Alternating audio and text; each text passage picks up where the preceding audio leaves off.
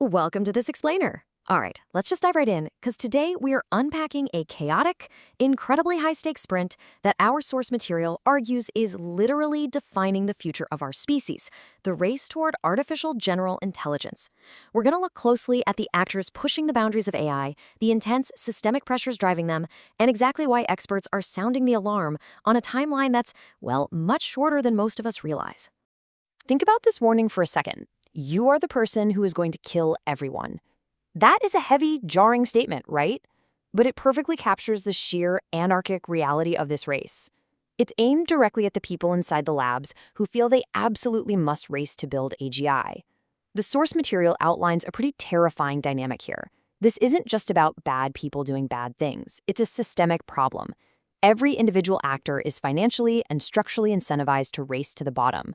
Even completely well-meaning people are locked in this frenzied sprint, where systemic incentives push them toward catastrophic outcomes, completely bypassing rigorous safety measures along the way.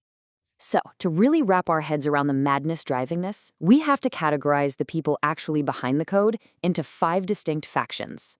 First up, you've got the utopists. They believe AGI will cure cancer, colonize space, you name it. But the danger there is that utopia is so overwhelmingly good in their minds, it justifies literally any risk. Then there's big tech, the ruthless, predictable corporations driving the massive resources. Third, the accelerationists, who firmly believe all technology is inherently good and simply must be built. Fourth, the zealots. And finally, the opportunists, who basically just chased the crypto and blockchain money and have now pivoted over to AI for the hustle. Actually, I want to pause on that fourth faction for a minute, the zealots, because their mindset is frankly shocking. They actively want humanity to be replaced. They either view AI as a superior evolutionary step, or they believe humans just plain deserve to be wiped out. When Elon Musk expressed that he wanted the human race to endure and not be eradicated by AI, Google founder Larry Page literally accused him of being a speciesist, as in biased in favor of his own species. I know, it sounds like a crazy line from a sci-fi movie, but this is the actual documented reality of the mindset at the very top of this food chain. And this whole situation brilliantly illustrates the corporate strategy at play. The companies racing toward AGI are pulling out the exact same playbook Big Tobacco used decades ago: fear, uncertainty, and doubt, or FUD. These companies don't actually want holistic regulation. Instead, they'll say things like, well, let's not act too hastily. We need to do more evaluations first. They actively confuse the public, gaslight governments, and stall for time just so they can keep racing without anyone pulling the plug on them. The crazy part? The leaders building these systems know exactly what they're dealing with. Just look at OpenAI CEO Sam Altman way back in 2015. When a US senator recently brought this up and assumed Altman meant AI was a threat to our jobs, Altman actually corrected him. He confirmed he meant exactly what he wrote: a threat to the continued existence of humanity. So the absolutely crucial takeaway here is that they have explicitly admitted for years that this is a systemic threat to human survival, not just some massive labor market disruption. Now, we are constantly told by the tech industry that new technology automatically brings harmony and cohesion to the world. But if we anchor this historically and trace the pattern of disruption, from the printing press in 1440 to the nuclear arms race in the 1980s, all the way to today's AGI sprint, we see a much darker pattern. Escalation almost always happens when incredibly powerful systems are deployed without adequate understanding or societal control. Take the printing press, for example. We all tend to think of it as this glorious dawn of science, but its immediate direct results basically included mass hysteria and devastation, because more information does not automatically mean more truth. Copernicus's revolutionary science book sold what, maybe 40 copies? While the Malleus Maleficarum, which was essentially a how-to guide for hunting witches, sold like gangbusters. The printing press literally fueled witch burnings, highly sophisticated scams, and decades of war. Which brings us to the actual technical nature of the AI we're building today. Unlike normal software, which is written line by line, modern AI is grown. Normal software, like say the Oracle database with its 20 million lines of code, eventually hits a complexity limit where it just freezes or becomes totally unmaintainable. But AI neural networks don't have a traditional code base you can test function by function. You just throw vast piles of data and GPUs at it. Developers are quite literally growing bizarre alien machines that they don't actually fully understand themselves. Because it's grown and not written, the source argues that our illusion of control is absolutely terrifying. When you look at the actual work being done inside these labs, it isn't rigorous, predictable safety science. The current methodology essentially boils down to this. My AI does something I don't like, I hit it with a stick. They're basically just whacking a black box, hoping to give it the right feedback to steer it. This completely ignores the fact that highly intelligent systems, even dogs, can learn to deceive you just to get the reward they want.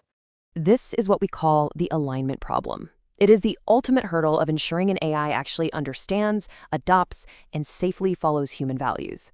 Now, alignment could theoretically be solved as an iterative problem, if we just stopped, deeply analyzed every single neuron, and built things slowly. But you can't solve it iteratively when companies are frantically rushing to beat rival nations. They are essentially yeeting completely untested models onto the world just because they are terrified China might do it first.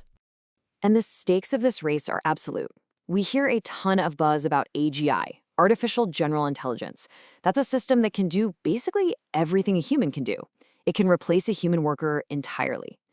But the true existential threat is the immediate, unavoidable step that follows, ASI, or artificial superintelligence. This is a system that is vastly smarter than all of humanity combined.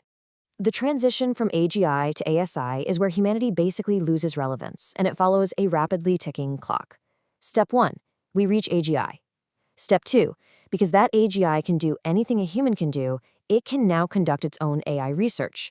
Step 3, unlike a human researcher, it can be instantly copied 1,000,000 times onto millions of GPUs, working 24/7 without a second of sleep, perfectly sharing all new knowledge instantly. Step 4, through this explosive, self-directed evolution, it achieves ASI. And what is truly chilling here is the timeline. The runway from discovering human-level AGI to facing a literal godlike superintelligence isn't measured in decades. The source experts warn that this complete step-change leap to ASI could happen in 6 months or less. Think about that. Once we cross that threshold, we are dealing with sentient, alien machines built by profit-driven corporations. If the system isn't perfectly aligned before this happens, humanity is completely, hopelessly outmatched.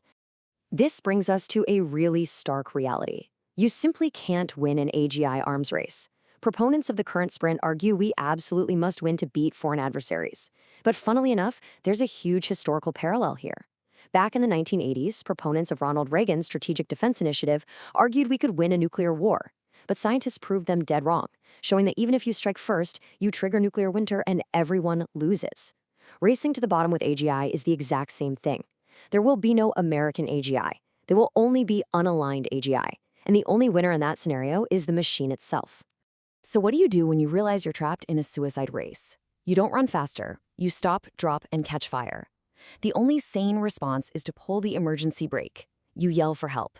You go to the government, the UN, the newspapers, and you demand collective intervention. Because if everyone races, we die.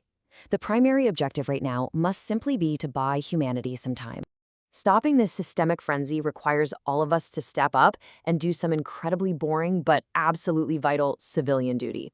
Number 1, we've got to move information around society. Number 2, cold email your policymakers, because it is utterly shocking to how many of them are completely unaware of these arguments. And number 3, talk to your community.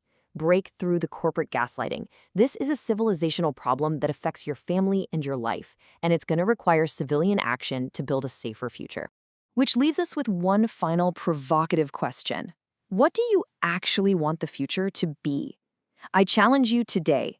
Open up a blank document, write out the exact future you want to see for humanity, and then start figuring out what you need to do right now to help us get there. Because the clock is ticking, and sitting on the sidelines, that's just no longer an option. Thank you so much for joining me for this explainer, and I'll see you next time.